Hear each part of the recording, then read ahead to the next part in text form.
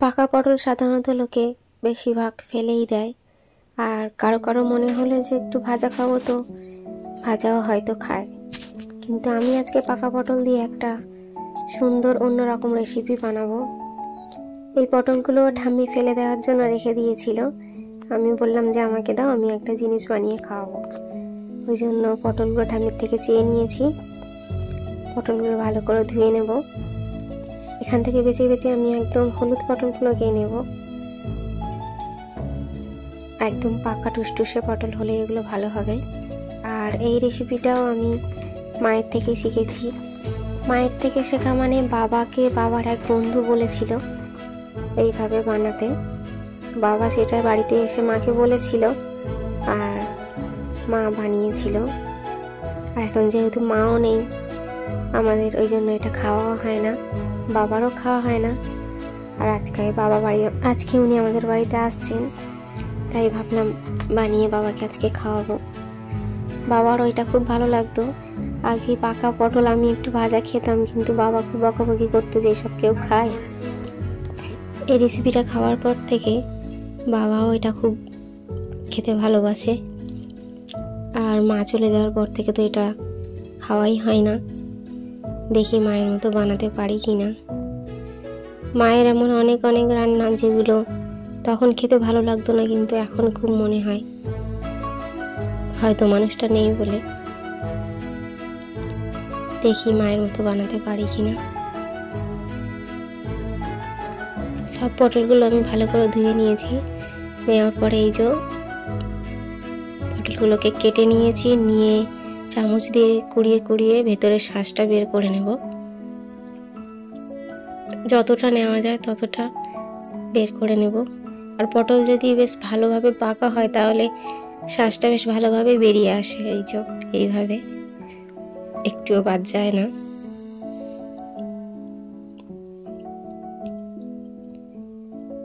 আপনারাও বানিয়ে একবার খেয়ে দেখবেন, খুব সুন্দর লাগে খেতে। সব পটলগুলো আমি কেটে নিয়েছি, নিয়ে শাঁসগুলো বের করে নিয়েছি। এবার একটু চটকিয়ে দানাগুলো বের করে নেব। দানাগুলো বের করে নিলে ভালো হয়, না হলে দানাগুলো খাওয়ার সময় গালে পড়লে ভালো লাগে না। বাবা বলছে তোমার এখনো মনে আছে এটার কথা?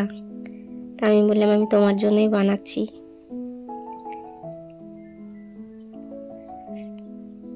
মায়ের তৈরি রান্না অনেক কিছুই এমন আছে যেগুলো আমি বানানোর চেষ্টা করছি। হয়তো পুরোপুরি মায়ের মতো হয় না, কিন্তু আমি চেষ্টা করি। আর মায়ের কথাই মনে পড়ে খুব। এটা বানাতে লাগবে চিংড়ি মাছ। চিংড়ি মাছগুলো আমি খোসা ছাড়িয়ে নিচ্ছি। খোসা ছাড়িয়ে নিলেই ভালো হয়।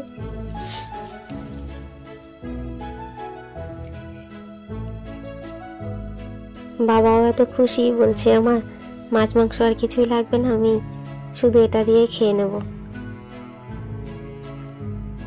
বাবাও ভাবতে পারেনি যে আমি এটা বাবাকে আজকে বানিয়ে খাওয়াবো। অনেক কিছু রান্না হচ্ছে, বাবা বলছে আমার আর কিছু লাগবে না, আমি এটা দিয়েই খেয়ে নেব। আর সত্যি এটা খেতে এত সুন্দরই হয়, তাল শাঁসের মতো দেখতে হয়েছে। পেঁয়াজ, আদা, রসুন সব বেটে নিয়েছি। আর একটু কালো জিরে ফোড়ন দিয়ে দেব, হলুদ লঙ্কা সব নিয়ে নিয়েছি।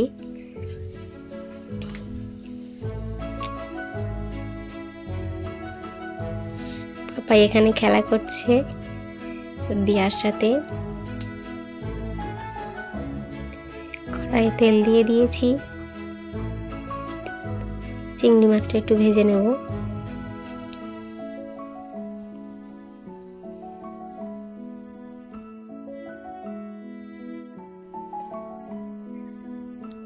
মাছে একটু হলুদ আর নুন দিয়ে চিংড়ি মাছটা ভালো করে ভেজে নেব।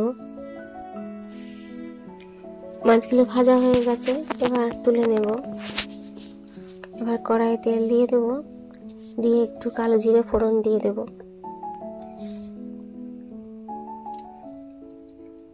কালো জিরেটা একটু ভাজা ভাজা হয়ে গেলে এবার পেঁয়াজ, আদা, রসুন দিয়ে ভালো করে কষিয়ে নেব।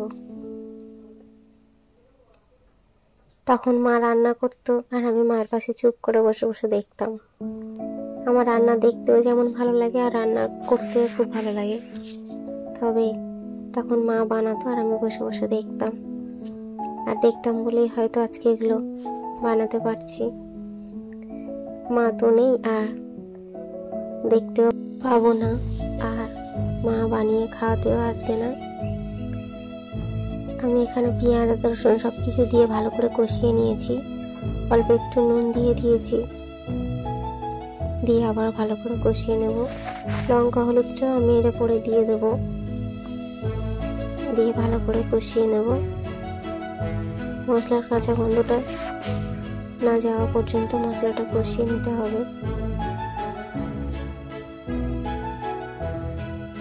এবারে আমি পটলের শাঁসটাকে দিয়ে দেব। মাও ঠিক এইভাবেই বানাতো, আমি দেখেছি। তবে মায়ের মতো টেস্ট হবে কি বলতে পারছি না। মা যে কোনো রান্নাই বানাতো আমার যেন খুব ভালো লাগতো।